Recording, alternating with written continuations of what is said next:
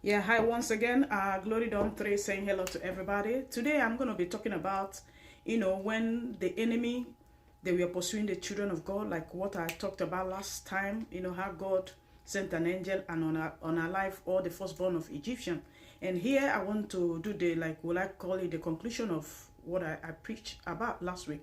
You see, when there was this urgent and pressed need for the people of God to leave the land of Egypt, and they went through the Red Sea, which were, they were being led by Moses. We know the story. And, getting to the Red Sea, trying to cross the Red Sea, which God parted for them, stood by them by a pillar of cloud during the daytime and a pillar of fire during the nighttime. The Egyptians, they changed their mind. They pursued the people of God and they came into the Red Sea. But what did God did here? You see, there are people that are hot pursuit. They pursue people of God. No matter when you even think that maybe they have changed or maybe they have stopped, right? The people of God here, they thought that with what happened to them, that they will actually, when God unalive all the firstborn and cattle and livestock of the Egyptian, the people of God thought that the Pharaoh and his men, they have changed, they have repented, but they didn't repent.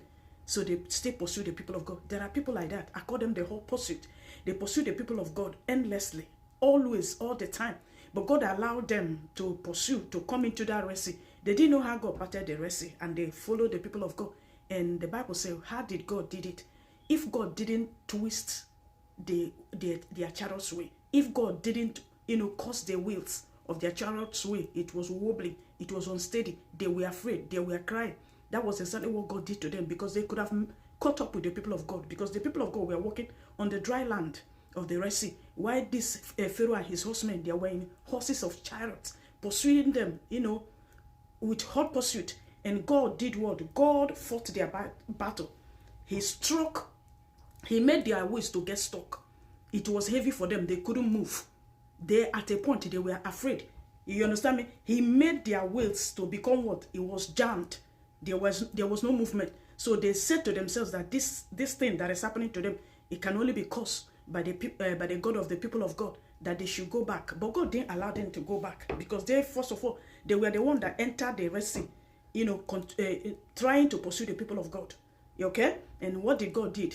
God made sure that they were all drowned. Pharaoh and all his horsemen, as all the chariots of the Egyptians, they were all drowned in the Red Sea.